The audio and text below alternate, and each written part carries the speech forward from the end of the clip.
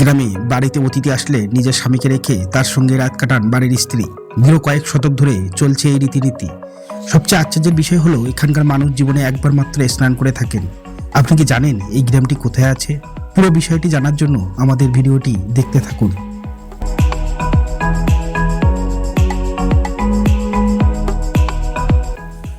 Africa মহাদেশের মধ্যে ছোট্ট একটি দেশ হলো নামিবিয়া। দেশটির মোট জনসংখ্যার মধ্যে প্রায় 50,000 মানুষ হিম্বা উপজাতির অন্তর্গত। এই উপজাতির নিয়মকানুন জানলে চমকে উঠতে হয়। আসুন আজকের পর্বে জেনে নিই হিম্বা উপজাতির ইতিহাস, সংস্কৃতি ও আজব সব নিয়মকানুন। 1980-র দশকে এই উপজাতির জীবনধারা বিপন্ন হয়ে পড়েছিল। প্রধান অর্থকারী হিসেবে যে গবাদি পশু পালন করেন তার 90% প্রায় নষ্ট হয়ে পড়েছিল। এতে তারা প্রায় বিচ্ছিন্ন হয়ে পড়েছিল, তাদের জাতি সংকটে পড়ে যায়। এরপর কয়েক দশক তারা বিচ্ছিন্নভাবে জীবনযাপন করতে থাকে।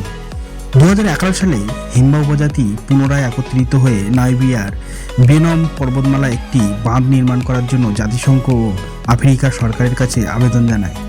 নরওয়ে ও আইসল্যান্ড এই আবেদনে সাড়া দিয়ে হিম্বা শিশুদের জন্য স্কুলে অধ্যয়ন করেছিলেন।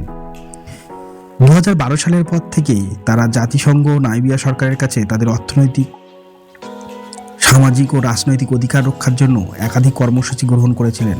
তারা সংঘবদ্ধভাবে বসবাস করেন এবং তাদের দ্বারা বেছে নেওয়া নেতা হিম্বা প্রধান কাপিকাকে নিয়ে তাদের অধিকার রক্ষার লড়াই চালিয়ে যান।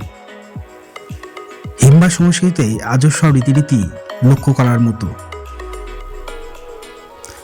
প্রথমত, তারা কোনোদিন স্নান করেন না, শুধুমাত্র একটি বিশেষ দিন ছাড়া।